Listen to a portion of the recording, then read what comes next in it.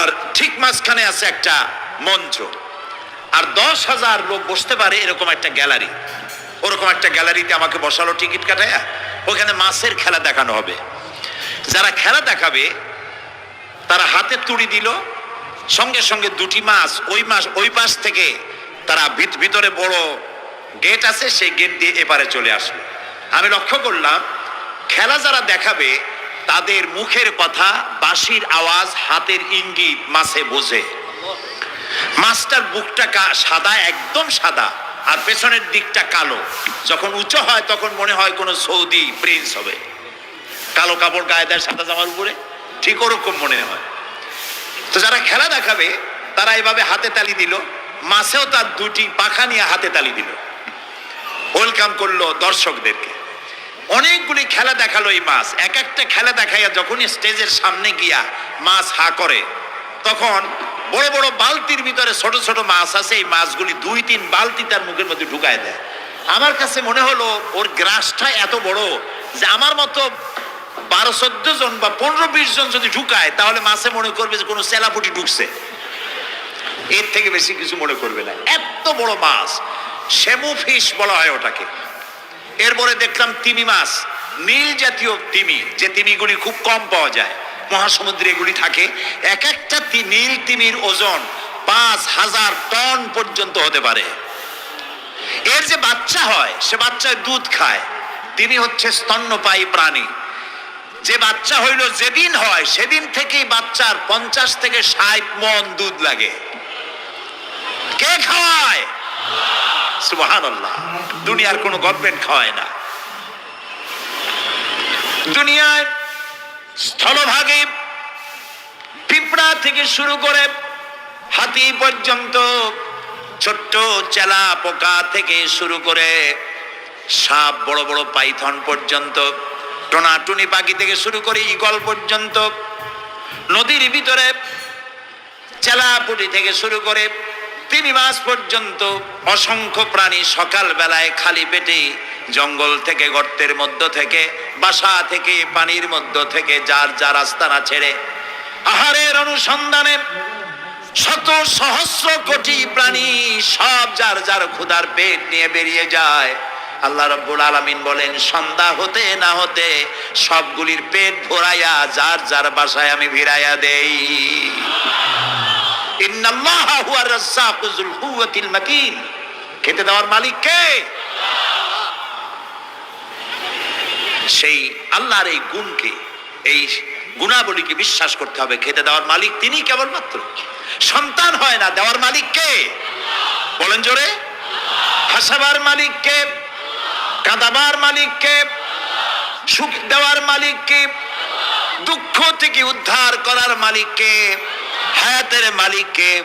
মওতের মালিক কে? ফাআলুন lima ইউরিদ। যা খুশি তাই তিনি করতে পারেন। সুবহানাল্লাহ বলুন। কোন? কাফ আর নুন, দুটি অক্ষর, যখন যা ইচ্ছে করে হয়ে যায়। আল্লাহর এই গুণকে বিশ্বাস করলে মানুষ শিরক থেকে বাঁচতে পারবে। মাজার মুখী হবে না মুসলমান, মসজিদ মুখী হবে তখন।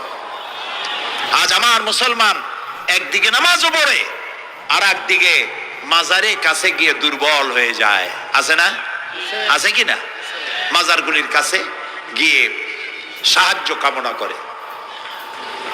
আমার নিজের চোখে দেখেছি মাজারে গিয়ে কিভাবে সেজদা দেয় কবরকে। বলেন নাউযুবিল্লাহ। আল্লাহ ছাড়া কাউকে রুকু সেজদা করা যায় না। যা চাবার আল্লাহর কাছে চাইতে হবে। ওয়াইজা সালতা ফাসআলিল্লাহ ওয়াইজা ইসতাআনতা ফাসতাইন বিল্লাহ। যা কিছু চাওয়ার আল্লাহর কাছে চাও, যা কিছু বলার আল্লাহকে বলো। সব কিছু করার মালিক তিনি। সুবহানাল্লাহ বলেন। এই জন্য মাজারের সাথে মুসলমানদের সম্পর্ক হবে না, মুসলমানদের সম্পর্ক হবে মসজিদের সাথে। কিসের সাথে? বলেন জোরে। আপনি কোন অসুবিধায় পড়েছেন, মাজলুম হয়েছেন, অত্যাচারিত হয়েছেন, চাকরির সমস্যা হয়েছে, ঘরে খাবার নাই, অসুখ বিসুখ হয়েছে, নানান ধরনের সমস্যায় পড়েছেন, কোনো মাজার নয়, কোনো পীর নয়, মসজিদের ভিতরে চলে যান, উযু করে মসজিদে ঢুকে 2 রাকাত কাজায়ে হাজাতের নামাজ পড়েন। রাসূলুল্লাহর উপরে যখনই বিপদ হতো তিনি নামাজে দাঁড়ায় যেতেন। সুবহানাল্লাহ বলো। আপনি কেন যাবেন একটা কবরের কাছে? আপনার সাহায্য কামনার জন্য কোনো পীর নয়, আপনার সাহায্যের জন্য কোনো কবর নয়, সাহায্য পাওয়ার জন্য কে? আল্লাহ চান আপনার ঈমানটা খালেস হোক। আল্লাহ তাআলা এটা বরদাস্ত করতে পারেন না যে মানুষ কারো কাছে গিয়া আরেকজনের কাছে গিয়ে নথি স্বীকার করুক। আল্লাহ সহ্য করেন না। ইন্না শিরকা লাযুলমুন আযীম, শিরক হচ্ছে মস্ত বড় জুলম, অত্যাচার। আল্লাহ সব থেকে অপছন্দ করেন কোন গুনাহ বলেন? শিরক। আল্লাহ সহ্যই করেন না। কেন করেন না?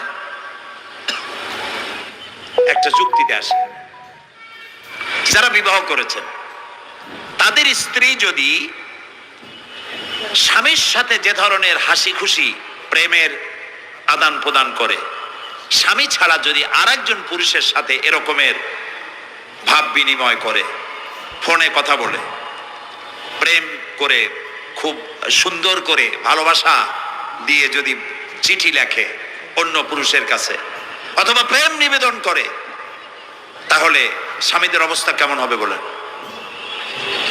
এইটার জবাব দিতে যদি দেরি হয় তো খুবই কুলক্ষণ, হ্যাঁ ভয়ানক হবে, ভয়ানক হয়ে যাবে। নিজের চরিত্র যতই যা হোক বউ ভালো চাই। আচ্ছা বলেন তো, স্ত্রী আপনার সঙ্গে যেভাবে প্রেমের হাসি হাসে, প্রেম নিবেদন করে, ওই রকম আরেকটা পুরুষের কাছে সাথে করলে আপনার সহ্য হয় না কেন? আপনি স্ত্রীর উপরে আপনার অধিকারটা কতখানি, কি জন্যে? আপনার স্ত্রীর যে হাসি, যে মিষ্টি হাসি যা আপনার প্রাণ কেড়ে নেয়, ওই হাসিতে আপনার কোনো অবদান আছে বলেন? তার যে টানা টানা চোখ, সুন্দর ভ্রু, মাথায় অনেক লম্বা চুল, শরীরটা সুন্দর, যৌবন, রূপ, এর ভেতরে আপনার কোনো অবদান আছে? হ্যাঁ আছে, একটু তো আছেই। আপনি যে মুখ দিয়ে বউটা হাসে সেই ঠোঁটে একটু লিপস্টিক লাগাইছেন, যে চোখের জন্য আপনি পাগল সেই চোখে একটু কাজল লাগাইছেন, শরীরটাকে পেঁচাবার জন্য সুন্দর একটা শাড়ি কিনে দিছেন, একটা শাড়ি দিয়ে একটু লিপস্টিক কিনে দিয়ে, চুলের একটা ক্লিপ কিনে দিয়ে, একটা ভালো শাড়ি কিনে দিয়া স্ত্রীর উপরে যদি এত অধিকার আছে যে কোনদিন মৃত্যু পর্যন্ত কোন প্রেমের হাসি, ভালোবাসার আদান প্রদান আপনি ছাড়া আর কারো সাথে করতে পারবে না, এইটা যদি আপনার অধিকার এভাবে প্রতিষ্ঠিত হয়, তাহলে এই হাসি যিনি দিলেন, এই দাঁত, এই সুন্দর চোখ, এই রূপ, এই যৌবন যে আল্লাহ তাআলা দিলেন, তার সামনে কোনো পীর অথবা কবরের সামনে যদি হাত পাতে আল্লাহ বরদাস্ত করেন না। কথা কি বুঝে আসছে? কথা বুঝে আসছে? আলহামদুলিল্লাহ বলেন। আলহামদুলিল্লাহ। বুঝলেই আমাদের কষ্ট সার্থক। আলহামদুলিল্লাহ বলি। আলহামদুলিল্লাহ। আমরা যেন আল্লাহরে চিনতে পারি, বুঝতে পারি। আমার বিশ্বাস করুন, কোরআন আমার সামনে, আল্লাহর কসম, কোন জীবিত পীর, কোন মৃত্যু পীর আমার ভাগ্যের ভালো বা মন্দ করার কোন অধিকার রাখে না, রাখে না, রাখে না। কোন পীর ফু দিয়ে আমার ভাগ্যকে ভালো বানাই দিতে পারবে না, পারবে না, এবং আমার একটা চুলও বাঁকাও করতে পারবে না। খাইরিহি ওয়া শাররিহি মিনাল্লাহি তাআলা, আমার ভালো আমার একমাত্র মালিক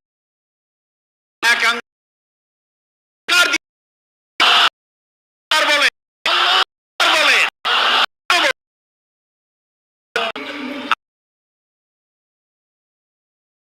কাছে এবং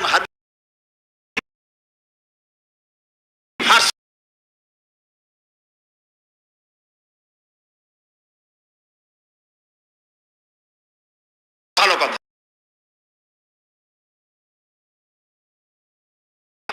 আপনারে নিয়ে পড়বে, আলেম হইতে হবে, পীর যদি হয় হইতে হবে।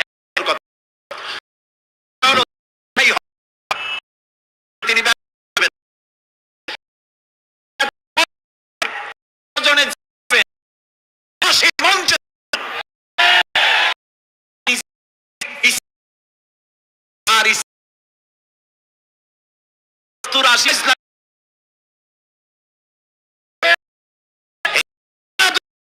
থেকে হবে। কারো দোকানে খালি ঘি পাওয়া, ইসলাম নিয়ে এই মনোবিশ্লেষ করতে দেওয়া হবে না।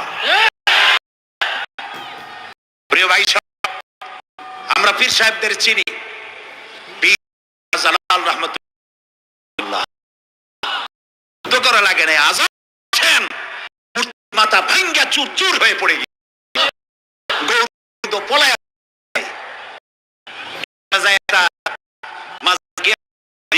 আসে, এখনো সুবহানাল্লাহ। পীর ছিলেন হযরত বাহাউদ্দিন নকশবন্দি মুজাদ্দিদ রাহমাতুল্লাহ আলাইহি, বড় কাদের জিলানী, যেমন কত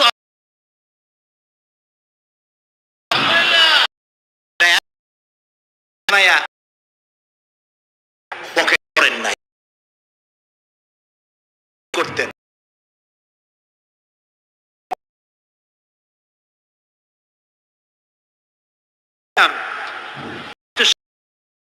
হযরত শাহ আব্দুল সাহেব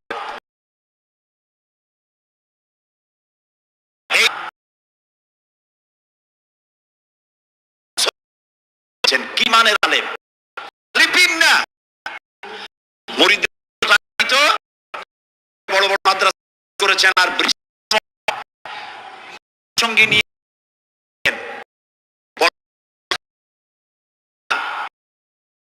কাতরায় এক কোনায় চাউল নাই, অসুস্থ,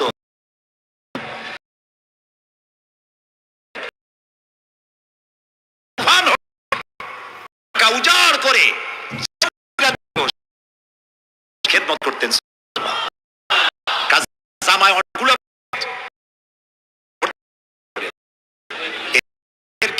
পরিত্যাগ করতে হবে। পীর হচ্ছে সমস্ত লোক যারা নাকি ধর্মের নামে ব্যবসা করে না, বরং আল্লাহর দ্বীনকে প্রতিষ্ঠা করার জন্য কথা বলে। প্রিয় ভাই সব, আমাদের জেহেন সাফ করতে হবে, পরিষ্কার করে বুঝতে হবে আমার ভালো আমার মন্দ কে করতে পারে? আল্লাহ।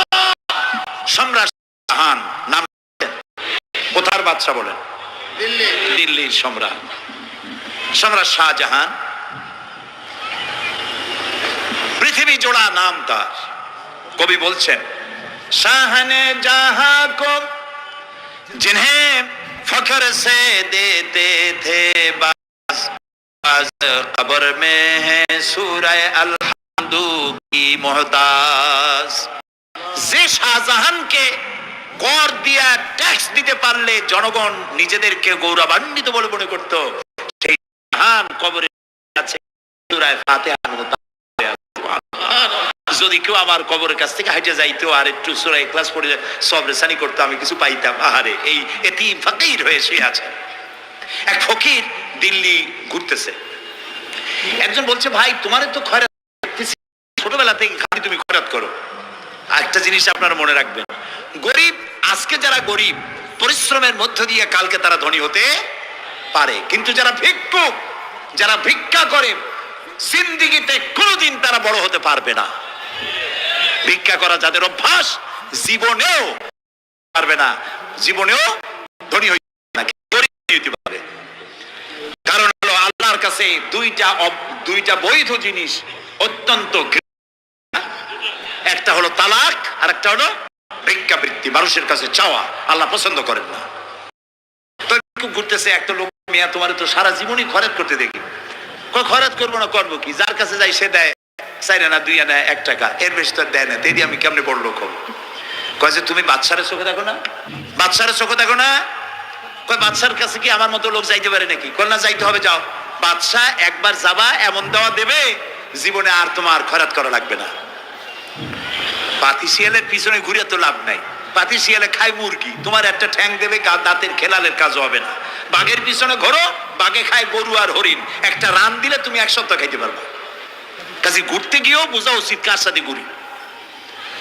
তো বলছে বাদশার কাছে যাও, তো বাদশারে পাবো কই? কই তো দেখলাম কেবল মসজিদে ঢুকলো। তারপরে ফকির গিয়ে দাঁড়ায় আছে বারান্দায়, দেখে যে উনি বাদশা ভেতরে বসে হাত তুলে আছে ভাবে, আর চোখ দিয়ে পানি পড়ে দাড়ি ভিজে ভিজে পড়তেছে। নামাজ শেষ করে, মোনাজাত শেষ করে বাদশা বেরিয়ে, কোন বাদশা? শাহজাহান। আসার পর বলি আপনি আচ্ছা বলে তুমি যে রওনা করলে তোমার তো ভিক্ষুক মনে হয়, আর লোকেরা যারা ভিক্ষুক না আমার কাছে চায়, আর তুমি ভিক্ষুক চাইলে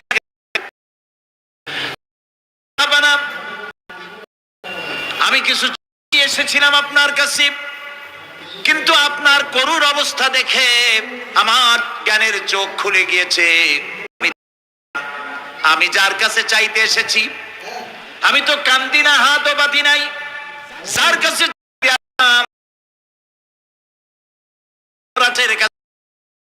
মতো কি জানি চায় আমার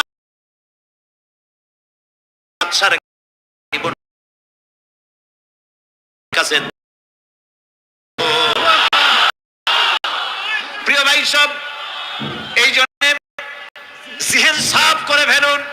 দুনিয়ার কোন মানুষের কাছে, কোন কবরে নয়, কোন কারো কাছে নয়, আল্লাহ তাআলার কাছেই আমরা নামাজের মধ্যে ঘোষণা করেছি, ইয়াকা না'বুদু ওয়া ইয়াকা নাস্তাঈন। আল্লাহ তাআলা তোমার একমাত্র ইবাদত করি, তোমার কাছেই সাহায্য চাই। কাজী সাহায্য আল্লাহর কাছে। কার কাছে চাইবো বলেন? আল্লাহ আমাদের ঈমান পোক্ত করে দিন। আমরা বলি আমিন, আমরা বলি আমিন। অসুখ বিসুখ হইলে পরে ধৈর্য ধরবেন। অনেক মানুষ আছে জ্বর হইলে কয় যে এত নামাজ পড়ি খালি জ্বর আমারই হয়, এত রোজা রাখি, ভালো ভালো কাম করি, আমার ছেলের অসুখ মোটে সারিই না। এই জাতীয় কথা বলবেন না। মুমিনের পায়ে যদি কাঁটা ফোটে সওয়াব থেকে খালি নাই। ধৈর্য ধরতে হবে। কাঁটা ফুটছে, বলেন ইন্না লিল্লাহ। আজাবান লিল মুমিন, মুমিনের জন্য বড়ই আশ্চর্য ব্যাপার, বিপদ হইলেও শুকর আদায় করে, আর সুখে থাকলেও শুকর আদায় করে। সুবহানাল্লাহ ওয়া বিহামদিহি। বিপদ আসে বলে ইন্না লিল্লাহি, বলেন ইন্না লিল্লাহি ওয়া ইন্না ইলাইহি রাজিউন। আর যখন শান্তি আসে বলে আলহামদুলিল্লাহ। দুই অবস্থায় তার জন্য নিয়ামত আল্লাহর তরফ থেকে সে পায়, আলহামদুলিল্লাহ। প্রিয় ভাই সব, তো আল্লাহর উপর ঈমান আনার জন্য কয়টা শর্ত বলছিলাম?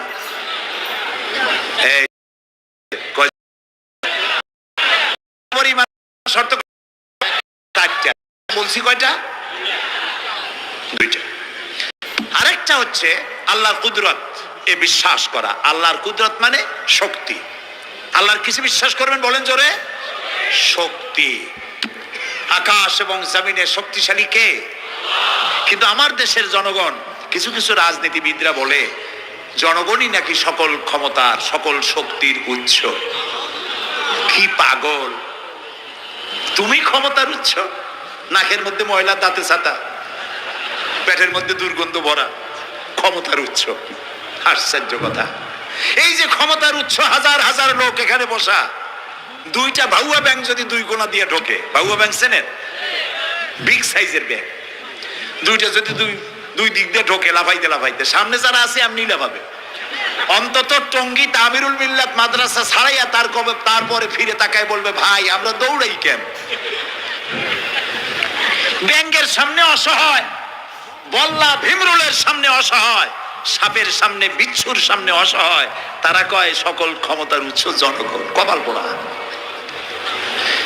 ক্ষমতার উৎস জনগণ নয়, এটা কোরআনের সাথে কন্ট্রাডিকশন হয়। এ কথায় আল্লাহ বলেছেন আন্নাল কুওয়াতা লিল্লাহি জামিয়া, সকল ক্ষমতার উৎস কে? কি দেখছেন? 1.5 মিনিট আল্লাহ বলেছেন কোন, সাথে সাথে তামিলনাড়ু, মালয়েশিয়া, ইন্দোনেশিয়া, থাইল্যান্ড, মালদ্বীপ, শ্রীলঙ্কা, 2 লক্ষ লোক শেষ, 1 লক্ষের খোঁজ নাই। সমুদ্রের পানি 33 ফিট উঁচু হয়ে এসছে। সুবহানাল্লাহ কইতে ইচ্ছে করে না? বিজ্ঞানীরা বলেছেন ভারত মহাসাগরের তলদেশে ফাটল ধরেছে, ওর কয়েক কিলোমিটার নিচে ভূমিকম্পের উৎপত্তি হয়েছে। ভারত মহাসাগরের পানি দিনাত না সাইরাত, কত কিলোমিটার আল্লাহ জানে। এই কয়েক কিলোমিটার নিচে যে মাটি, সেই মাটিরও কয়েক কিলোমিটার নিচে ভূমিকম্পের উৎপত্তি। এখান থেকে ভূমির কম্পন হয়েছে, সেই ভূমিকম্পে সমস্ত মহাসাগরের মধ্যে, ভারত মহাসাগরের মধ্যে জলকম্পন শুরু হয়েছে। পানির কম্পন, মাটির কম্পন একসাথে। 33 ফিট উঁচা, মানে 4 বিল্ডিং এর মতো উঁচু হয়ে আসছে পানি। 4 পরিমাণ উঁচু। বাড়ি গাড়ি সব কিছু খড় কুটার ন্যায় সব উড়িয়ে দিয়েছে। এগুলোরে কপাল পোড়া নাস্তিক যেগুলি, তারা বলে প্রাকৃতিক দুর্যোগ। ওর বাপের মাথা। আচ্ছা, প্রাকৃতিক দুর্যোগ, প্রকৃতি কি? কোন জন্তুর নাম? প্রকৃতি কোন জন্তু জানোয়ারের নাম? প্রকৃতি নিজে চলে না কেউ তাকে চালায়? চালায়। কপাল পোড়ারা। বিশ্ববিদ্যালয় হয়েছে তো, সব খারাপ না, ভালো আছে আলহামদুলিল্লাহ। কিছু আছে কপাল পোড়া। বিশেষ করে শান্তিনিকেতনে যারা পড়াশোনা করে আসে, সাহিত্য চর্চা করে, এই সাহিত্য চর্চা করতে করতে এক পর্যায়ে কপাল পুড়ে যায়। আল্লাহরে চিনতে পারে না। সব চেনে, আল্লাহরে চেনে না। আল্লাহ এখন চিনাইতেছে ভালো করে। প্রিয় ভাই, সব কওমে আদ, কওমে সামুদ, এগুলিকে আল্লাহ তারা ধ্বংস করেছেন। কিয়ামতের আগে এই যে 7টা আকাশ, এই আকাশ সম্পর্কে অবিশ্বাসীরা তারা বলেছে আকাশ বলতে কিছুই নেই, এটা নাকি অনেক দূরে, তাই নীলা নীলে দেখা যায়। কি কপাল পোড়া, চিন্তা করে। নীলা নীলা দেখা যায়। এই আকাশ মহাশূন্য। এই আকাশগুলিকে, আকাশ কয়টা স্তর? 7টা। এগুলি কাতাইয়ে সিজিল্লিল কুতুব। কোরআনে কারিমে আল্লাহ তাআলা বলেছেন, কিতাবের পৃষ্ঠার মতো কিয়ামতের আগে একটার পর একটা ঠাস ঠাস করে পড়বে, ভেঙে চুরে চুরমার হয়ে যাবে। ওয়াইদাল বিহারু ফুজ্জিরাত। আল্লাহ তাআলা বলছেন, ইদাস সামাউ ফাতারাত ওয়াইদাল কাওয়াকিবু ইনতাসারাত ওয়াইদাল বিহারু ফুজ্জিরাত। আকাশের তারকাসমূহ বিক্ষিপ্ত হয়ে পড়বে। অসংখ্য তারকারাজি, বিশাল বিশাল তারকা বিক্ষিপ্ত হয়ে পড়বে। চন্দ্র সূর্য একটার সাথে আরেকটা ধাক্কা লেগে চাঁদ আর সূর্য আলো হারিয়ে ফেলবে, একাকার হয়ে যাবে। পাহাড়গুলো উঁচু করে আল্লাহ তাআলা জমিনের উপরে আছাড় মারবেন, কালিহিনিল মানফুস, তুলার মতো উড়ে চলে যাবে। সুবহানাল্লাহ বলবা না? কত বড় শক্তি আল্লাহ পাকের। ওয়াইদাল বিহারু ফুজ্জিরাত, সমুদ্র সমূহ বিদীর্ণ হয়ে যাবে। সমুদ্রে যত পানি আছে সমস্ত পানিগুলি নিঃশোষিত হয়ে যাবে মাটির তলায়, এবং সেখানে অগ্নুৎপত্তি হবে। কোরআনে কারিমে আল্লাহ বলে দিয়েছেন, গোটা সমুদ্রগুলিতে আগুন জ্বলতে থাকবে। এইগুলি আলামত। আল্লাহর অফুরন্ত মেহের। এই যে কানের কাজ দিয়ে গুলিটা চলে গেছে, কান লাগে নাই, বাড়ির কাছ থেকে কিয়ামত হয়ে গেল, আল্লাহ বাঁচাই দিন। সুবহানাল্লাহ।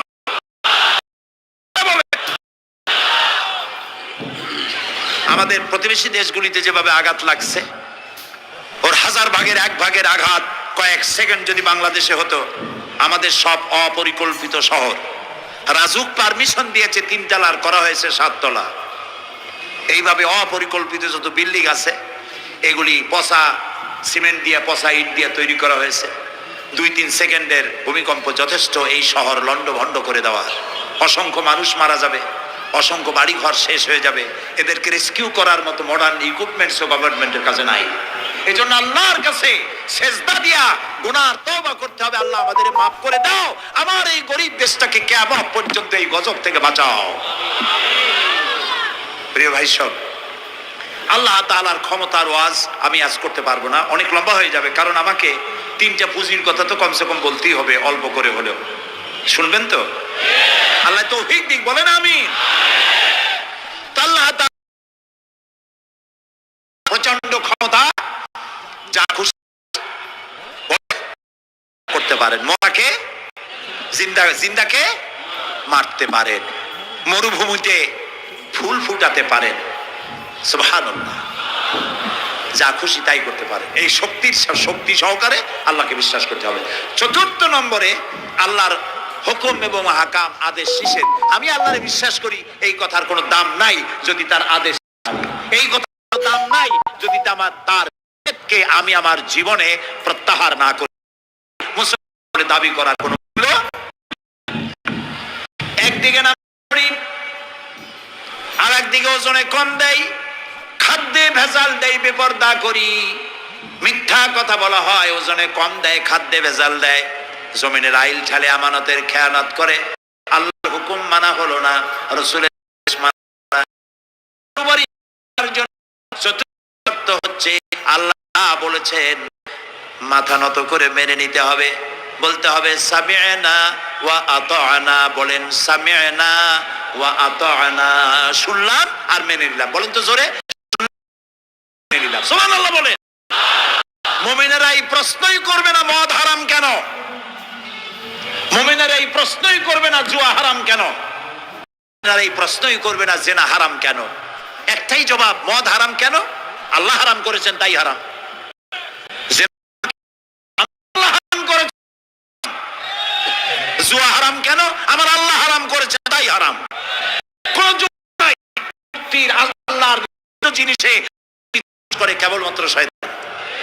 আল্লাহর আদেশ নিষেধের যুক্তি তালাশ করে কে? শয়তান।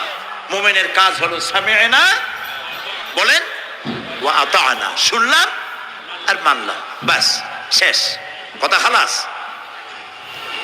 এই গেল চারটি শর্ত পুরো হয়ে গেল। এই চারটি শর্ত যদি পূরণ করতে পারি তাহলে আল্লাহরে বিশ্বাস করছি এটা প্রমাণিত হবে, এটা জাস্টিফাই হবে, এটা সত্যতা প্রমাণ হবে। আল্লাহর হুকুম মতো এক নম্বর কথাটা যাতে করে আপনারা বাড়ি নিয়ে যাইতে পারেন। আল্লাহর উপরে ঈমান এনেছি এই কথাটাকে কমপ্লিট করার জন্য শর্ত কয়টা? চারটা। এক নম্বরে আল্লাহর অস্তিত্বে বিশ্বাস, বলেন আল্লাহর অস্তিত্বে বিশ্বাস। দুই নম্বরে আল্লাহর গুণাবলীতে বিশ্বাস। তিন নম্বরে আল্লাহর ক্ষমতায় বিশ্বাস। চার নম্বরে আল্লাহর আদেশ এবং নিষেধে বিশ্বাস, মান্য করে চলা। আল্লাহ যেন এই তৌফিক আমাদের দেয়, বলেন আমিন। আল্লাহ রাব্বুল আলামিন দুনিয়ায় শান্তি, আখিরাতে জাহান্নাম থেকে মুক্তি দেওয়ার জন্য আল্লাহ পাক আমাদেরকে একটা ব্যবসার কথা বলেছেন। ওই ব্যবসায় পুঁজি কয়টা? বলেন। তিনটা পুঁজি। বলছি কয়টা? দেখেন যে কেমনি প্যাঁচ লাগে। বলছি মাত্র একটা, সে একটা ডাল বাইর করছি চারটা। এবার আসেন মূল পয়েন্টে। এবার দ্বিতীয় পয়েন্ট, রাসূলের প্রতি ঈমান। আমরা তো রাসূলের প্রতি ঈমান আনছি কিনা বলেন? রাসূলের প্রতি ঈমান এনেছি। আমাদের এই ঈমান যথেষ্ট নয়, কারণ আমাদের ঈমান হলো রবিউল আউয়াল মাসে ঈমান তাজা হয়, ঠিক না? ঠিক না? রবিউল আউয়াল মাস যখন আসে, ব্যানারটা নাই, শামিয়ানাটা নাই, রাস্তাগুলিতে ফ্ল্যাগ লাগাই আর আলোক সজ্জা করি। মন্ত্রীরা আসেন, নেতারা আসেন, সিরাতুন নবী মাহফিলে দাঁড়ায় বলেন নবীর আদর্শ অনুসরণ করা ছাড়া উপায় নাই। অথচ ওনার পা থেকে শুরু করে মাথা পর্যন্ত নবীর আদর্শ নাই। আবার এই নেতা রামকৃষ্ণ মিশনে, রামকৃষ্ণ পরমহংসদেব তার মঞ্চে গিয়ে বলেন রামকৃষ্ণের নীতির ছাড়া বিকল্প কিছুই নেই। আবার গৌতম বুদ্ধের জন্মবার্ষিকী উদযাপনের জন্য সেখানে গিয়ে বলেন গৌতম বুদ্ধের অহিংস নীতি অনুসরণ করা ছাড়া জাতির যোগীনাথ হওয়ার আর কোনো পথ নাই। যেখানে যায় সেই জায়গার গুলি ধরে।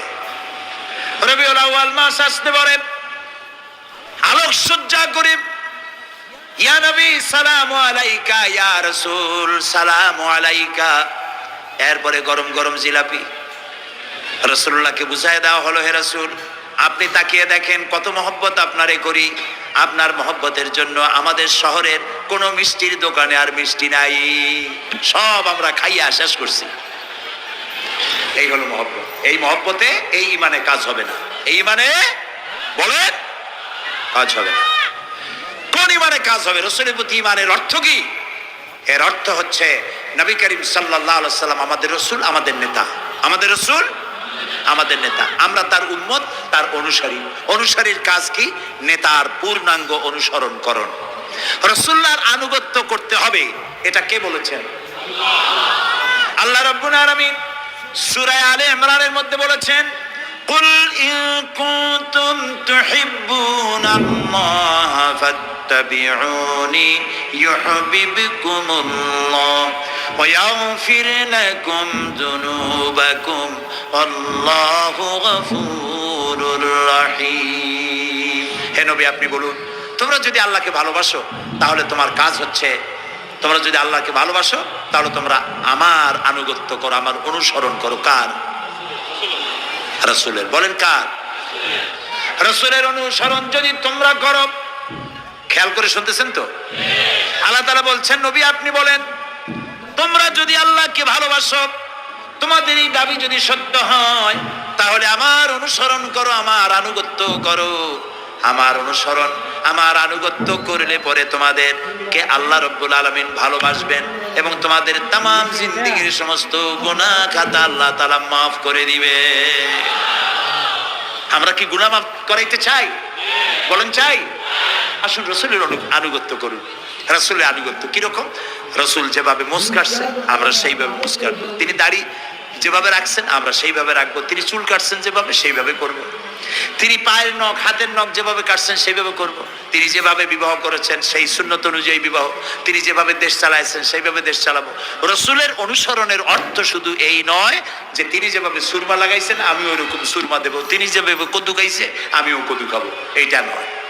এটা নয়, শুধু রাসূলের আনুগত্য হবে মুরগির ফার্ম থেকে শুরু করে জাতিসংঘ পর্যন্ত, জীবনের সব ক্ষেত্রে। আর বিশ্বাস করতে হবে তিনি শেষ নবী, তারপরে আর কোন নবী আসবে না। আল্লাহ রাব্বুল আলামিন সূরা আহজাবের মধ্যে বলেছেন, মা কানা মুহাম্মাদুন আবা আহাদিম মির রিজালিকুম ওয়ালাকির রাসূলুল্লাহি ওয়া খাতামান নাবিয়্যিন। মুহাম্মদ সাল্লাল্লাহু আলাইহি ওয়াসাল্লাম তোমাদের কোন পুরুষদের পিতা নন। দিয়ে নবুয়তের মিশন করে দেওয়া হয়েছে। কোন নবী? রাসূলুল্লাহ বলেছেন, লা নাবিয়্যা বাদি ওয়ালা রাসূল, আমার পরে আর কোন নবী আসবে না, রাসূল আসবে না। কথা বুঝে আসছে? আল্লাহর নবীর পরে আর কোন নবী হবে না। আল্লাহর নবী বলেছেন, তার ভিতরে একটা ইট যদি থাকে, একটি ইটের জায়গায় শূন্য থাকে, তাহলে সকলের চোখে ধরা পড়বে। ওই ইটখানা দিলে পরে বিল্ডিংটা কমপ্লিট হয়ে যায়। নবুয়তের যে ইমারত আল্লাহ তৈরি করেছেন, ওর ভিতরে একটা ইটের শূন্য জায়গা পূরণ করে দিয়ে নবুয়তের মিশনকে কমপ্লিট করে দিয়েছেন। রাসূলুল্লাহ বলেছে, আমার পরে আর কেউ নবী হবে না। পৃথিবীর সব মুসলমানদের আকীদা, মুহাম্মদ সাল্লাল্লাহু আলাইহি ওয়াসাল্লামের পরে যদি কেউ নবুয়তের দাবি করে সে কাফির, হাজার বার কাফির। তাকে যারা নবী মানবে তারাও। রাসূলুল্লাহ বলেছেন, আমার পরে 30 জন মিথ্যেবাদী নবুয়তের দাবি করবে। তার মধ্যে একজন তো দাবি করছে রাসূলের জীবদ্দশায়, একটা ছিল মেয়ে লোক আর একটা ছিল পুরুষ। পুরুষটার নাম ছিল মুসাইলামা কাযযাব, নামই ছিল কাযযাব। কাযযাব মানে মিথ্যাবাদী। দেখছেন অবস্থা, নামই মিথ্যাবাদী। উম্মতেরা কইল যে আপনি তো একজন নবী, আমরা সৌভাগ্য আর দুর্ভাগ্য হোক আপনারা নবী বলে মানলাম। মুহাম্মদ সাল্লাল্লাহু আলাইহি ওয়াসাল্লামের কাছে প্রায় জিবরাইল আসে আর ওহী আনে, আর আপনি আমাদের কোনো ওহী দিতে পারলেন না পর্যন্ত। কয় যে কেবল না নবী হইলাম, অপেক্ষা করো, ওহী আসবে না। বেশ কিছুদিন যাওয়ার পর খুব চিন্তা ভাবনা করে কয় যে ওহী একটা আসছে। উম্মতেরা সব দৌড়ে আসছে, কি ওহী? কয় যে এইমাত্র শেষ রাত্রে জিবরাইল আসছিল, আইসে আমারে কয়ে গেল, একটা সূরা নাজিল করলো। সূরাটা কি? ইন্না আতাইনাকাল আকাক ফাসাল্লি লিরাব্বিকা ওয়াসআক ইন্না শানিয়াকা হুয়াল আবলাক। উম্মতেরা কয় সর্বনাশ, এই সূরা পড়তে গেলে তো আমরা কাইসা মরে যাব। এর অর্থ তো খুব বিকায়দা। কি কি সূরা নাজিল হলো আপনার উপরে? ইন্না আতাইনাকাল আকাক, মানে আমি তোমাকে হুতুম পেশা দান করেছি, সুতরাং তুমি তোমার প্রভুর উদ্দেশ্যে নামাজ আর জিকির, তোমার সাদা এবং কালো বর্ণের। কি ওই? আচ্ছা ঠিক আছে, পয়গম্বর মুহাম্মদ সাল্লাল্লাহু আলাইহি ওয়াসাল্লাম উম্মতেরা নিয়ে যায় মাঝে মধ্যে নিয়ে যায়, পরে যে কুয়ায় পানি থাকে না, শূন্য কুয়া পানিতে ভরে যায়। যে গাছতলা দিয়ে তিনি হেঁটে যান, যে খেজুর গাছে খেজুর নাই, সেই গাছতলা দিয়ে রাসূল হেঁটে গেলেন, গাছে ফল ধরে যায়। আপনি তো এরকম কিছু দেখাইতে পারেন না। তোমরা তো আমার নেও না, চলো না যাই। নিয়ে গেছে, যাইয়া দেখে যে কুয়ার পাড় দিয়ে যায়, যে কুয়ায় পানি থাকে তার থাকে না, শুকায় যায়। যে গাছ তলায় দিয়ে যায়, ওই গাছে খুরমা থাকলে সাথে সাথে খরুকুড়ি চলে যায়। উম্মতের কয় কি একটা কপাল বড় নবী পাইলাম বাকি। আল্লাহ তারে শেষ করছে দুনিয়া থেকে, জাহান্নামে চলে গেছে। সেই মহিলাটাও গেছে, সেও গেছে। রাসূলুল্লাহ বলেছেন এইরকম 30 জন মিথ্যাবাদী নবুয়তের দাবি করবে কিয়ামতের আগ পর্যন্ত। গোলাম আহমদ কাদিয়ানী, এ হলো ইতিহাসে আমরা যত পাই, তার পর্যন্ত 28 জন হয়েছে। মুহাম্মদ সাল্লাল্লাহু আলাইহি সাল্লামের ইন্তেকালের পর ওকে নিয়ে হয়েছে 28 জন। কয়জন হইল? বাকি আছে কয়জন? তাই বলে কিয়ামত যে 2 জন হইলি আগামী বছর বা 5-6 বছরের মধ্যে কিয়ামত হবে, ওইটা চিন্তা করেন না। এই পৃথিবীতে একটা লোক আল্লাহ শব্দ উচ্চারণ করার যদি থাকে, কিয়ামত সে পর্যন্ত হবে না। সুতরাং বহুত দেরি আছে কিয়ামতে। তবে ওর মতো আরো শয়তান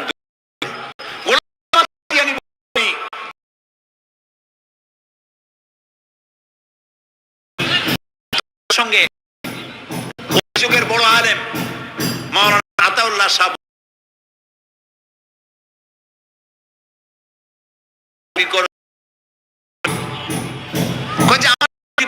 কোরআনের মধ্যে আমার কথা কোথায়?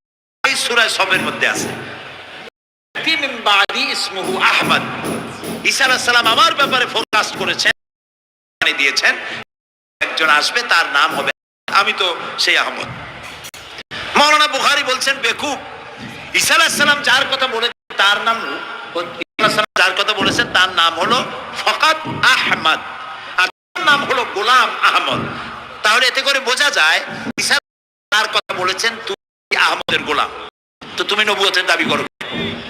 গোলাম আহমদ কয় যে হুজুর, আমার নামের আগে গোলাম বৈশা একটু সমস্যা হয়েছে, গোলামটারে যদি বাদ দেই তাহলে তার আপনি আপত্তি করতে পারেন না, আমি আমার উম্মত হয়ে যান।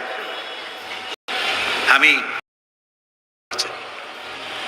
মাওলানা বুখারী বলছেন দেখো, তোমার ফতোয়া অনুযায়ী তুমি বলছো নামের প্রথম অংশ বাদ দিয়া শেষের অংশ নিয়ে তোমার উপর ঈমান আনতে, তাহলে আমি আমার নাম আতা আল্লাহ, তোমার ফতোয়া অনুযায়ী আমার নামের প্রথম অংশ বাদ দিলাম, আতা গেছে, থাকছে আল্লাহ। আর আল্লাহ হয়ে বলছি তো আধারে আমি নবুয়তেই নেই। এরপরে বলেন কোথায় ভাই? এই কাদিয়ানীরা গোলাম আহমদ কাদিয়ানী কাফের, আরব মানে তারাও কাফের।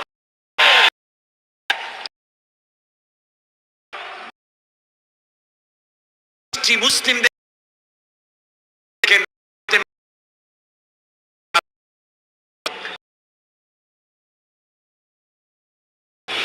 আইন মক্কা মদিনায় প্রবেশ নবুয়তের দিন থেকে আন্দোলন যতদিন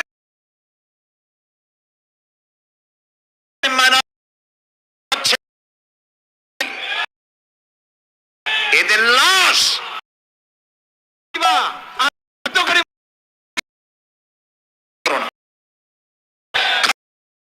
যারা মুসলমানের সমর্থনের পেছনে রয়েছে, গাজী ব্যাপারে উচ্চবাদ গিয়ে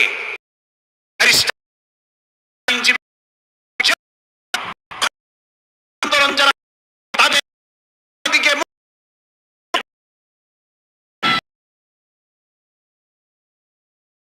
করবে না।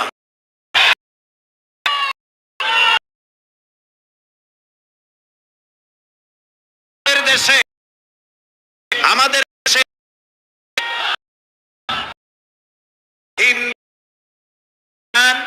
বৌদ্ধ ভোগ করেন নাগরিক অধিকার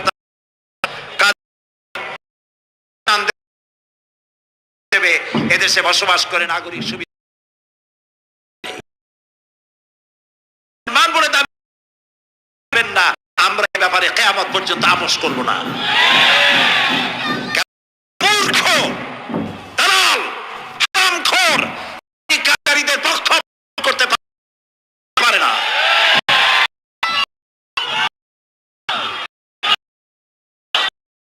যে সব মসজিদ করে এগুলি মসজিদ শোনালো হিন্দুদের,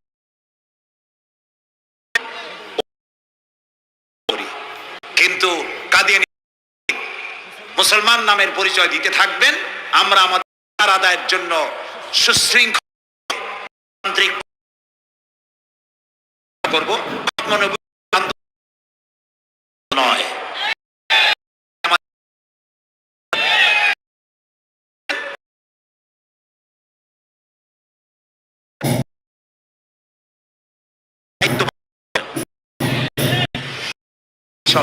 রাসূলের প্রতি ঈমান করতে হবে,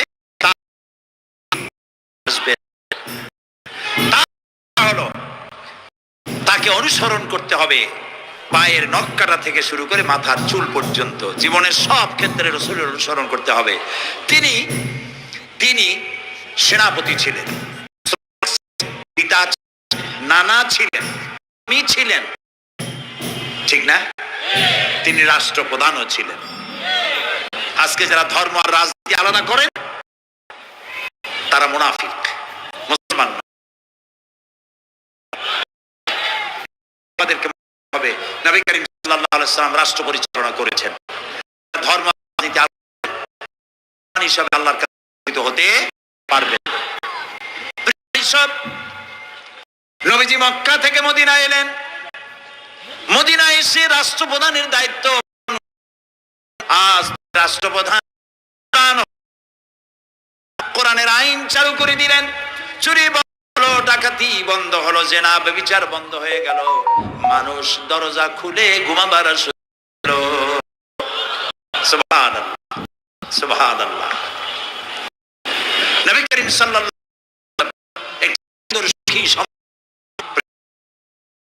আজ আমাদের ভাগ্য যদি খুলতে হয়, অনুসরণ করি আমাদেরকে রাষ্ট্র পরিচালনা করতে হবে। ইসলাম সন্ত্রাসকে প্রশ্রয় দেয় না, ঠিক না ভাই?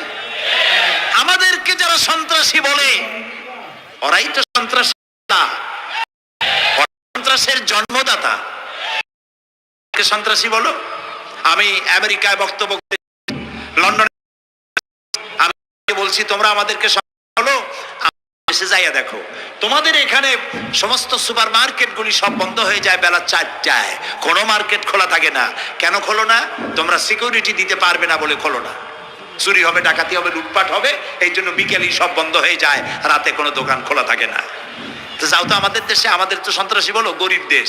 আমাদের দেশের বাবুরহাটে, নরসিংদীর কাছে বাবুরহাট, যেটাকে এই দেশের ম্যানচেস্টার বলা হয়, সারা রাত কোটি কোটি শত কোটি টাকার কাপড় চোপড় বেচা কিনা হয়, পুলিশের গন্ধ খুঁজে পাওয়া যায় না, সারা রাত বেচা কিনা হয়। গ্রামের বাজারগুলি যায় দেখেন, আমাদের দেশে যশোরে, খুলনায়, উত্তরবঙ্গে রাত 2টা 2:30 পর্যন্ত বেচা কিনা হয়, ঠিক না? এই যে আমাদের দেশে আল্লাহর মেহেরবানি, এবারে যে ঈদের সময় ঈদ আর পূজা একসাথে হইল, মুসলমান মেয়েরা, হিন্দু মেয়েরা সোনা দানা গলায় পরিয়া, হাতে পরিয়া, তারপরে বাজারঘাট ঈদের কেনাকাটা হয়নি, ঠিক না? আল্লাহর র্যাবে জি যা করার করছে। হাত তুলে বাংলাদেশি লোকের ওখানে যারা আছে র্যাবের জন্য দোয়া করছে, আল্লাহ র্যাবের প্রতি তুমি রহমত নাজিল করো,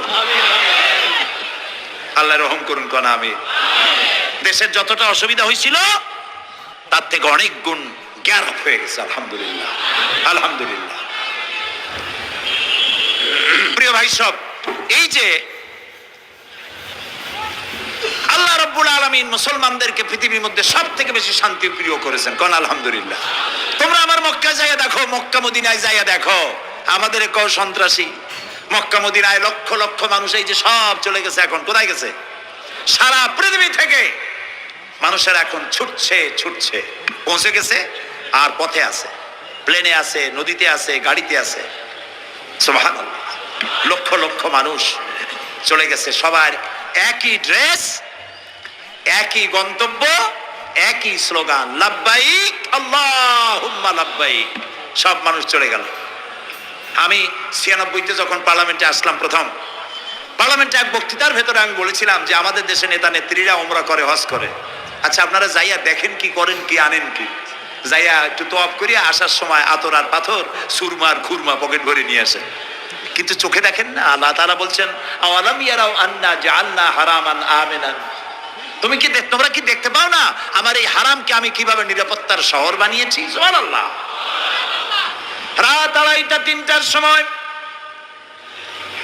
চাঁদের মতো সুন্দরী যুবতী মেয়ে একাকিনী, কোনো পুরুষ সঙ্গী ছাড়া, নিজের ডেরা, নিজের তাবু ফেলে কাবা শরীফের ভিতরে এসে গেল।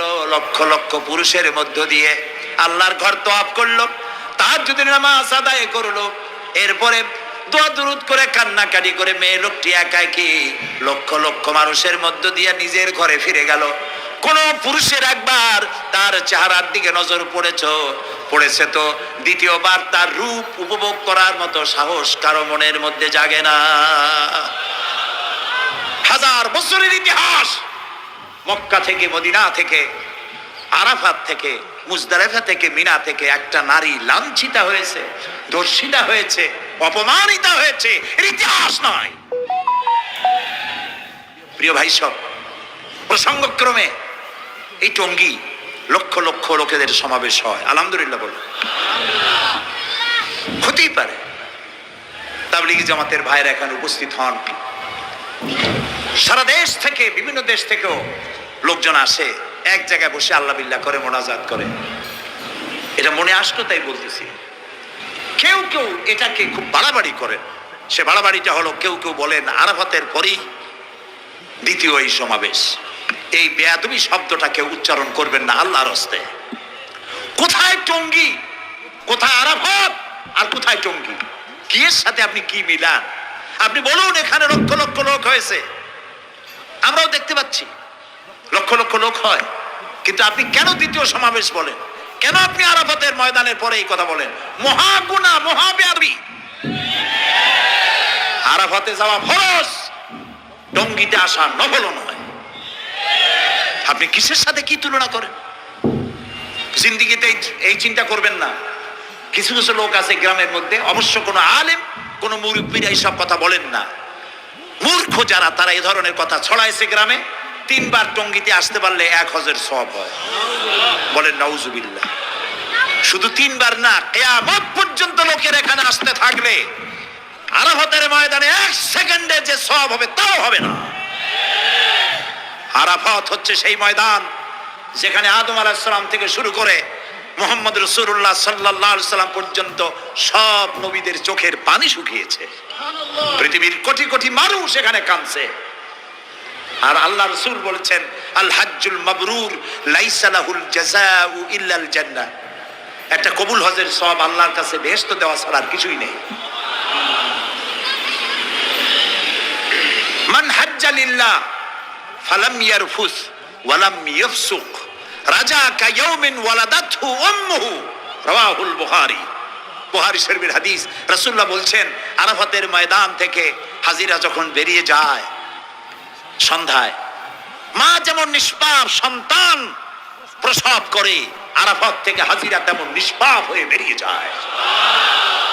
আল্লাহর হস্তে আপনারা এই তুলনাটা কেউ করবেন না। বলবেন অনেক বড় সমাবেশ হয়েছে, লক্ষ লক্ষ লোক হয়েছে, বাস শেষ।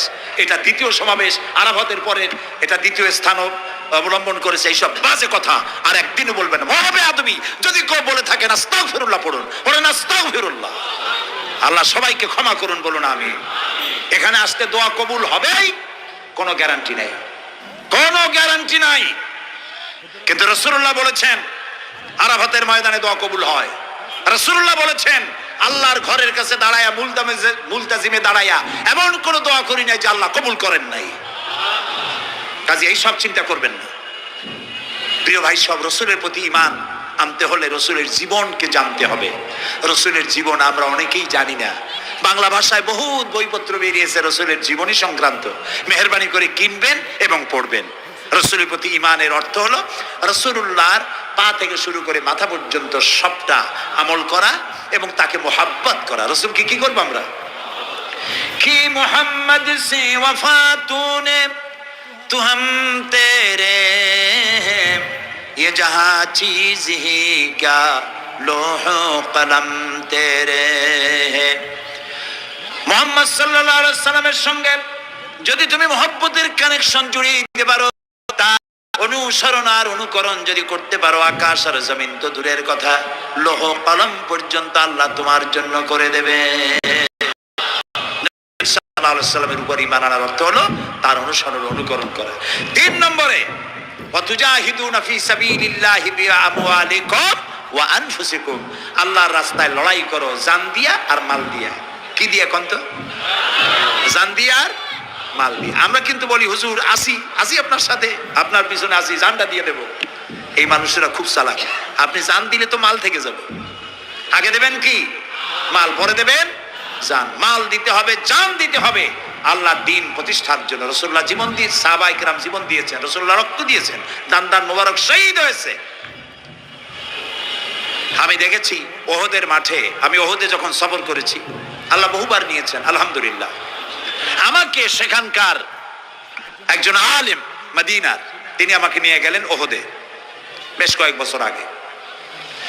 ওহদে গিয়ে দেখলাম, আমাকে দেখালো যে নবী করিম সাল্লাল্লাহু আলাইহি সাল্লামের যেখানে দান শহীদ হয়ে গিয়েছিল, দাঁত মুবারক শহীদ হয়েছে, রাসূলুল্লাহ বেহুশ হয়ে পড়ে গেছিলেন। তাকে হযরতে আবু বকর, হযরত ওমর, হযরত ওসমান এই 3 জনে উঁচু করে নিরাপদ জায়গায় নেওয়ার জন্য দৌড়াচ্ছিলেন। পাহাড়ের উপরে যখন উঠতেছিলেন, ওই 3 জন রাসূলকে ঘাড়ে করে নিয়ে উঠতেছেন। পাহাড় তখন কাঁপতেছিল, পাহাড় কাঁপতেছে, এত বড় কাঁপন উঠেছে পাহাড়ের। পাহাড় সেই এলাকা থেকে কাগজ কাটলে, কেচি দিয়ে কাগজ কাটলে যেমন রেজা রেজা হয়ে যায়, আমার নিজের চোখে আমি দেখলাম। তিনি আমাকে দেখালেন এই সেই এলাকা যেখানে রাসূলকে উঠানো হয়েছিল। পাহাড় আল্লাহর ভয়তে কাঁপতেছিল তরতর করে। সেই উঁচা জায়গা, একটা বিশ্রামের মতো জায়গা পাহাড়ের মধ্যে, সেইখানে তাকে নিয়ে যখন রাসূলকে যখন শোয়ানো হচ্ছিল, পাহাড় কাঁপতেছে। নবী করিম সাল্লাল্লাহু আলাইহি সাল্লাম তখন বলছেন, উসবুতি ইয়া জিবাল, উসবুতি ইয়া জিবাল, ইন্নাকা আলাইয়া নবিয়ান ওয়াস সিদ্দিকিন ওয়াস শাহীদাইন। হে পাহাড়, উসবুতি ইয়া জিবাল, হে পাহাড় থেমে যা, তোর উপর আল্লাহর নবী, তোর উপরে সিদ্দিক আর 2 জন শহীদ দাঁড়িয়ে আছে, থেমে যা। পাহাড় থেমে গেল। সিদ্দিক হযরত আবু বকর, 2 জন শহীদ তোর উপরে, হযরতে ওমর, হযরতে ওসমান রাদিয়াল্লাহু তাআলা আনহুমা। কবে শহীদ হবে? রাসূলুল্লাহ আজকে বলতেছেন তোর উপরে 2 জন শহীদ দাঁড়িয়ে আছে। এইভাবে কষ্ট করেছেন নবীজি, ক্ষুধায় কষ্ট করেছেন, যুদ্ধ করেছেন। তবে সেই যুদ্ধ আক্রমণাত্মক ছিল না, ডিফেন্সিভ ছিল। আক্রমণকে প্রতিহত করার জন্য তিনি লড়েছেন। প্রিয় ভাই সব, এত কষ্ট করার পর তিনি যে দ্বীন কায়েম করে গিয়েছিলেন, আল্লাহ তাআলা বলছেন ওয়াতুজাহিদুনা ফি সাবিলিল্লাহি, আল্লাহর রাস্তায় লড়াই করো জান দিয়ে আর মাল দিয়ে আমার দ্বীনকে প্রতিষ্ঠা করার জন্য। যদি তোমরা ইসলাম বুঝে থাকো, এরই মধ্যে তোমাদের জন্য কল্যাণ নিহিত রয়েছে। সুবহানাল্লাহ বলেন, এরই মধ্যে কল্যাণ। সুতরাং শুধু টুপি মাথায় দিয়ে নামাজ পড়লেই হবে না, নামাজও পড়তে হবে, আল্লাহর হুকুম আহকাম মানতে হবে, রোজাও রাখতে হবে, হজও করতে হবে, যাকাতও দিতে হবে, স্ত্রীকে পর্দায় রাখতে হবে, আমলে আখলাকে, সিরাতে সুরাতে, চলনে বলনে, ব্যবসায় বাণিজ্যে, বক্তৃতায়, রাজনীতি, অর্থনীতি, সমাজনীতি জায়গায় আল্লাহ এবং রাসূলের পূর্ণাঙ্গ আনুগত্য করার নামই হলো মুসলমান যাওয়া। সুবহানাল্লাহ। মুসলমান আমরা, আল্লাহ তৌফিক দেখো না, বলে না আমি এখন নিয়ে মোনাজাত করবো, তো বসা মানুষ দাঁড়ায় আছেন, করে একটু বসে, একবার বসে ভাই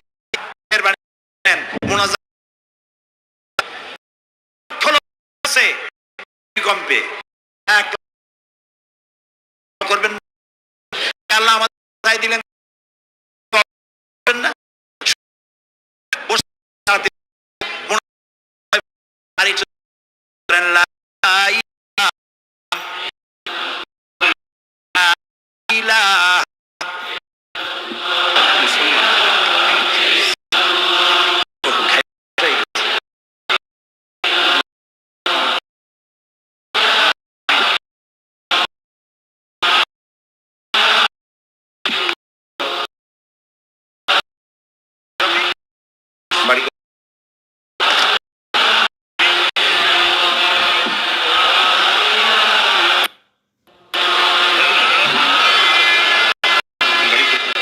একটু জোরে, লা ইলাহা।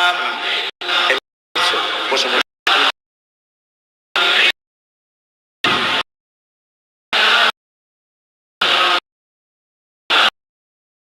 মোনাজাতের হাটে একটা বড় মানুষ একসাথে আল্লাহর কাছে মোনাজাতের লোক কিভাবে সামলায়, কেমনে হাঁটেন? এক যুবক ইসলাম কবুল করার জন্য আসছে,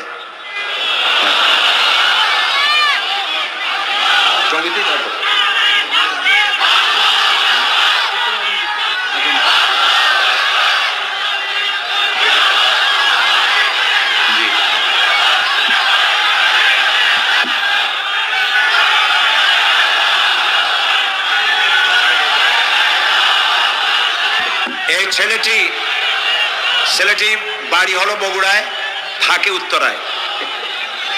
এই ছেলের বাপের নাম শ্রী সুধীর চন্দ্র সরকার, আর তার নাম হলো চঞ্চল কুমার সরকার। বর্তমান নাম পছন্দ করেছে বশির উদ্দিন। বলো লা ইলাহা ইল্লাল্লাহু মুহাম্মাদুর রাসূলুল্লাহ। আল্লাহ ছাড়া কোনো ইলাহ নাই, মাবুদ নাই, উপাস্য নাই। মুহাম্মদ সাল্লাল্লাহু আলাইহি ওয়াসাল্লাম আল্লাহর প্রেরিত রাসূল। আশহাদু আন লা ইলাহা ইল্লাল্লাহু ওয়াহদাহু লা শারীকা লাহু ওয়া আশহাদু আন্না মুহাম্মাদান আবদুহু ওয়া রাসূলুহু। আমি সাক্ষ্য দিচ্ছি আল্লাহ ছাড়া কোনো ইলাহ নাই, মাবুদ নাই, উপাস্য নাই। তিনি এক, তিনি একক, তার কোনো অংশীদার নাই। আমি আরো সাক্ষ্য দিচ্ছি মুহাম্মদ সাল্লাল্লাহু আলাইহি ওয়াসাল্লাম আল্লাহর বান্দা এবং তার প্রেরিত রাসূল।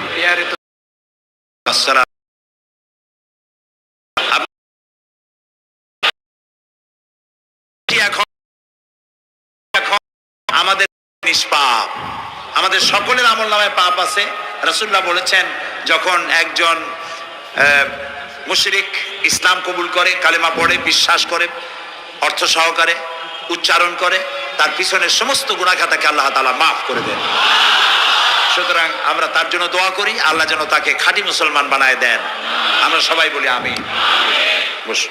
প্রিয় ভাই সব, মোনাজাতের পর এশার আজান হবে, আমরা বা জামাত এশার নামাজ পড়ে যাব ইনশাআল্লাহ। বলেন ইনশাআল্লাহ। এত বড় জামাত আমরা কোথাও পাবো না, এবং জীবনে আরেকটা জামাত ঠিক না ভাই?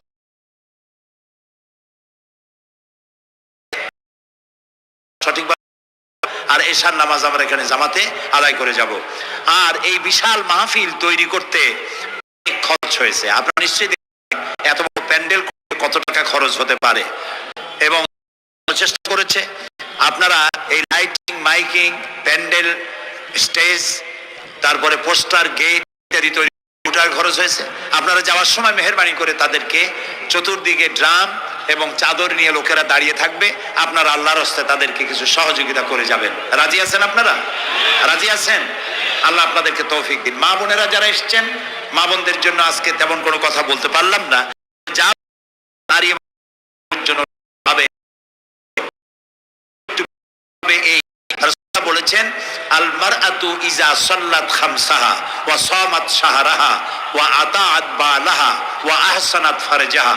রাসূলুল্লাহ বলেছেন, যেসব মহিলারা ৫ ওয়াক্ত নামাজ সঠিকভাবে আদায় করে, রমজান মোবারকের রোজা রাখে, সতীত্বের হেফাজত করে, স্বামীর আনুগত্য করে চলে, কিয়ামতের দিন ওই সব মহিলারা আল্লাহর জান্নাতের যে দরজা দিয়া খুশি সেই দরজা দিয়া জান্নাতে প্রবেশ করতে পারবে। সুতরাং আপনারা এই কথাগুলি মেনে চলুন, আল্লাহ আপনাদেরকে তৌফিক দিন। আমি মোনাজাত করব এখনই, আপনারা যাওয়ার সময় সকলে সহযোগিতা করে যাবেন। আর নামাজের জন্য একটি বই আছে,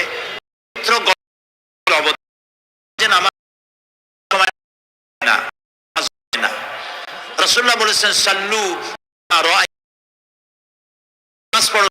যেভাবে আমাকে নামাজ পড়তে দেখো। জীবনের শ্রেষ্ঠ ইবাদত নামাজ, তাই যদি সঠিক না হলো তাহলে পণ্ডশ্রম হয়ে যাবে। এই জন্য চরিত্র এমনি কিভাবে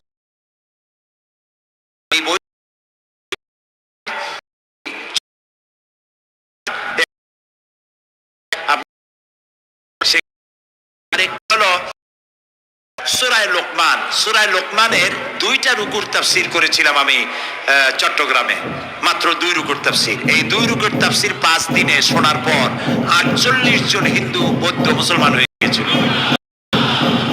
যাকাত সম্পর্কে, মা বাবার অধিকার সম্পর্কে হযরতে লোকমান সন্তানকে যে নসিহত করেছে, সেই নসিহত ছিল। ওই নসিহতগুলি আল্লাহর এত পছন্দ হয়েছে যে আল্লাহ তাআলা নিজে লোকমানের নসিহত উঠায় দিয়ে। সুবহানাল্লাহ। সুতরাং আমার নিজের, আমার সন্তানদের ভালো করার জন্য এই নসিহতগুলি দরকার। এটির নাম যারা ক্যাসেট থেকে উদ্ধার করেছে, নাম হলো তাফসিরে সাঈদী লোকমান এবং সূরা লোকমান। এ পর্যন্ত 4টা তাফসির বেরিয়েছে তাফসিরে সাঈদী নামে, যেগুলি আমি তাফসির করেছি চট্টগ্রামে। সেগুলি, এসব বই ওখানে পাওয়া যাবে। এই বইগুলি আপনারা লাইব্রেরি থেকে, এখানে মোবাইল লাইব্রেরি এসছে ঢাকা শহর থেকে, সন্ধান করে আপনারা নিয়ে যাবেন। আল্লাহ তাআলা আপনাদেরকে তৌফিক দান করুন। যাওয়ার সময় মাহফিলকে সাহায্য করে যাবেন, আর নামাজে সালাতুল ইশা আদায় করে যাবেন। আল্লাহ ظلمنا أنفسنا وإن لم تغفر لنا وترحمنا لنكونن من الخاسرين ربنا لا تزغ قلوبنا بعد إذ هديتنا وهب لنا من لدنك رحمة إنك أنت الوهاب। হাজার হাজার মুসলিম জনতা, পুরুষ এবং নারী, আমরা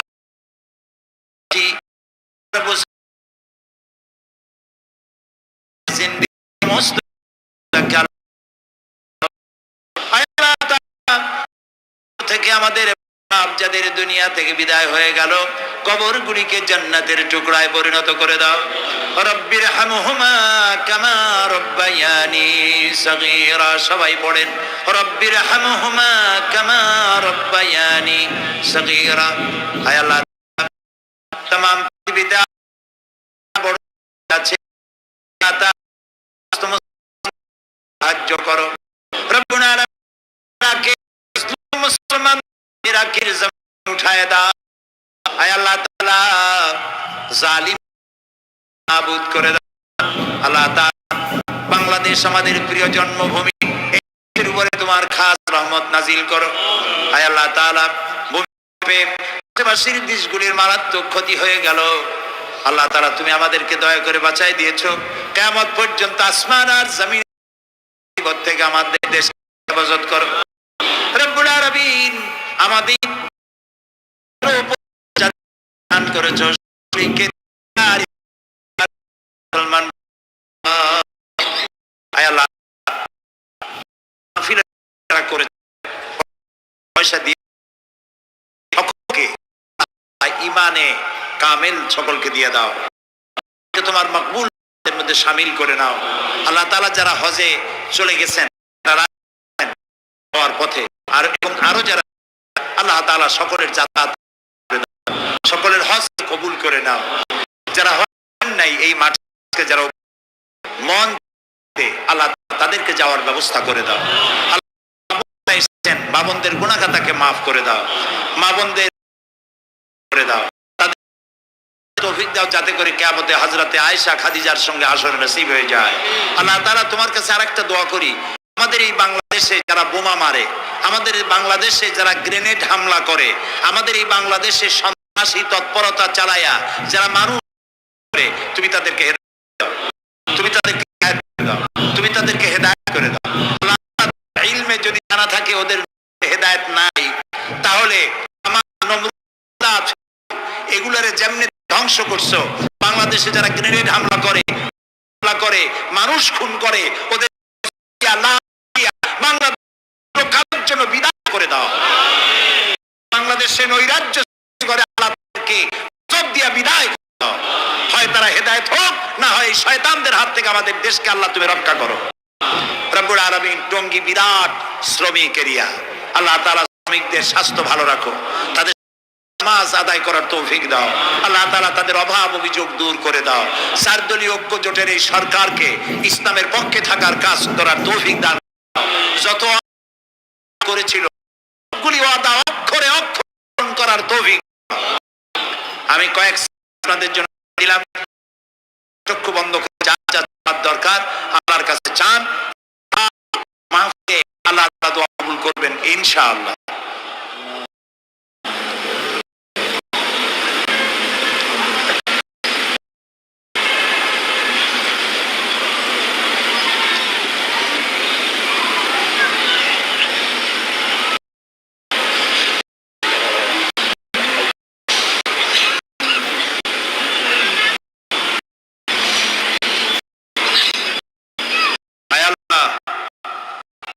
আরশে আজিম থেকে তুমি দয়া করে তোমার রহমতের নজর দিয়ে এই মাঠের দিকে তাকাও। আল্লাহ তাআলা আমরা কোন পীর বুজুর্গ খাজা বাবা অথবা দুনিয়ার কোন শক্তির কাছে, খাজা বাচ্চার কাছে হাত তুলি নাই। আকাশের মালিকের কাছে হাত তুলেছি, আমাদের রবের কাছে হাত তুলেছি। তুমি বলেছো দুনি আস্তাজিব লাকুম, আমি সাড়া দেব। আল্লাহ তুমি দয়া করে সাড়া দাও। আমরা ডাকতেছি, আমাদের ডাকের সাড়া বাবু। আমাদের যাদের রোগ আছে আল্লাহ করে শেফায়ে আজেলা দাও, শেফায়ে কামেলা দাও। আল্লাহ তোমার কাছে আরেকটা বিনীত দোয়া করি, আল্লাহ তুমি আমাদের জন্মসূত্রে যেসব নিয়ামত আমাদের শরীরে দিয়েছো, নাক, কান, চোখ, হার্ট, কিডনি, চলৎশক্তি, শক্তি, আল্লাহ মৃত্যুর আগ পর্যন্ত শরীরের এসব নিয়ামতের একটাও সিনায় নিও না বাবু। আল্লাহ তাআলা তুমি আমাদের প্রতি দয়া করো, মেহেরবান হও।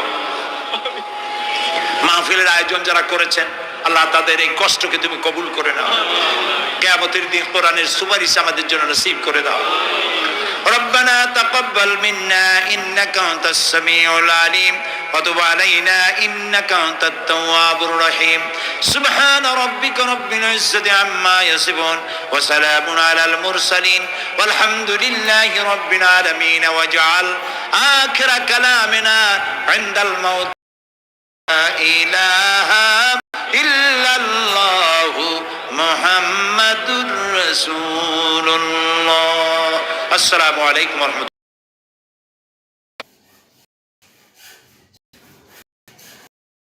আমি আমার মাথা আর বেশি কাছে وقال ربكم ডেকে বলেছে আমাকে ডাকো, মাফ আমাকে বেশি না আল্লাহ রহমত। হাদিসে কুদসির ভিতরে আল্লাহ পাক বলেন, কোন বান্দা যদি আমার দিকে এক বিগত অগ্রসর হয়, রহমত তার দিকে এক এগিয়ে যায়। বান্দা আসে, রহমত তার যায়। বান্দা যখন দুয়া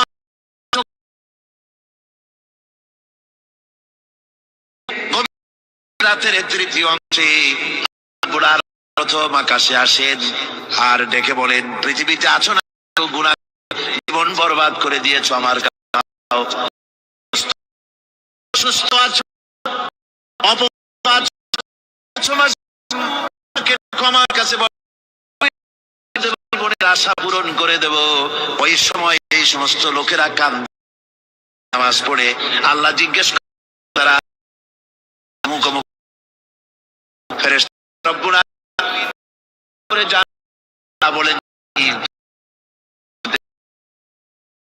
বলেন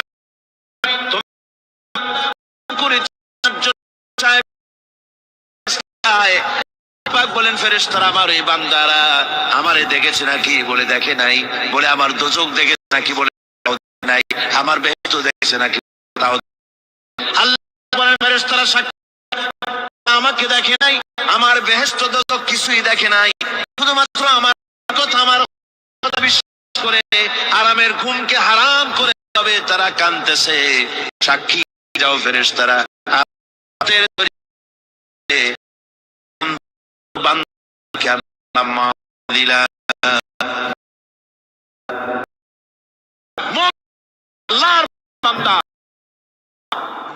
ইমানের পাঁচের কোয়ালিটি, এটাও হতাশায় নিরাশায় ভেঙে পড়বে না। গুনাহ তো মানুষই করে, গুনাহ হয়ে গেছে, মাপ চাও। তোমার গুনাহ কদ্দুর? তোমার গুনাহ যদি হয় পাহাড় সমান, আল্লাহর রহমত আকাশ। জাহান্নামের কঠিন শাস্তি থেকে বাঁচতে হলে আল্লাহ আর কোয়ালিটিগুলি হয়, সেগুলি আমি। এরপর আরেকটি কোয়ালিটি হবে মুমিনের, তা হলো কঠোর কঠিন বিপদে অবিচল থাকবে, বিপদে ভেঙে পড়বে না। বিপদ আপদ শত্রুতা ক্ষয় ক্ষতি যা কিছু হয় সবই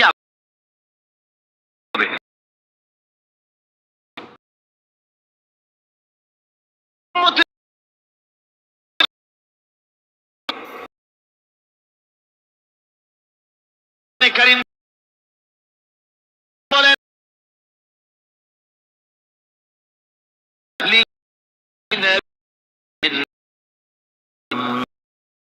মুজরিমিন